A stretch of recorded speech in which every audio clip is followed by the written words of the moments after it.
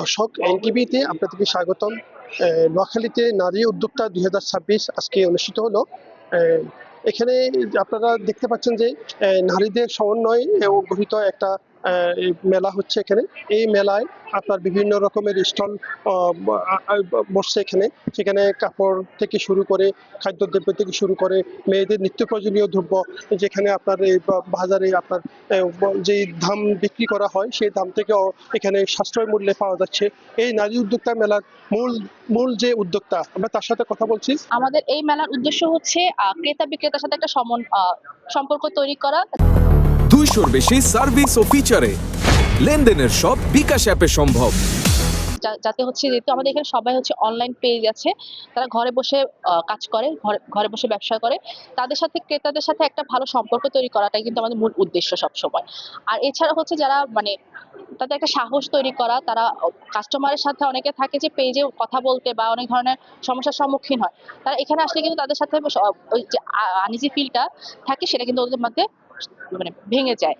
তাদের মধ্যে ভালো একটা সম্পর্ক ক্রিয়েট হয় এবং প্রোডাক্টগুলো তারা কিন্তু হাতে ধরে কিনতে পারে, কোয়ালিটি বুঝতে পারে। এগুলোর সবকিছু মিলেই হচ্ছে আমাদের এই মেলার মূল উদ্দেশ্য।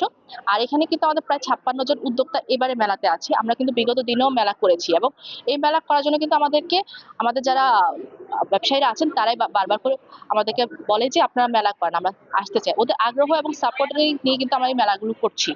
আমরা প্রতিবারে আসি, অনেকবারই হয়েছিল।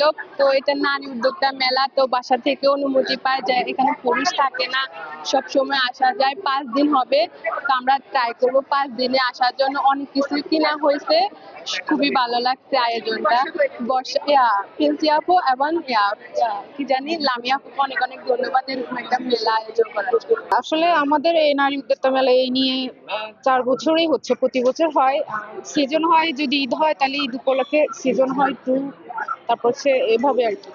তো আমাদের উদ্যোক্তাদেরকে নিয়ে আমাদের এই প্রায় 56 জন উদ্যোক্তা এখানে। তো তাদের এখানে কিন্তু প্রায় এখন নতুন উদ্যোক্তা।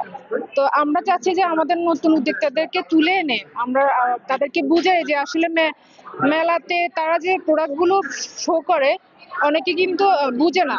যারা নতুন উদ্যোক্তা তারা বুঝে না সেল সম্পর্কে, অথবা কাস্টমারকে বুঝাইতে পারবে যে তার প্রোডাক্টগুলো কেমন, বুঝে শুনে নিতে পারবে। এই জন্য আমরা এই মেলার আয়োজনটা করি।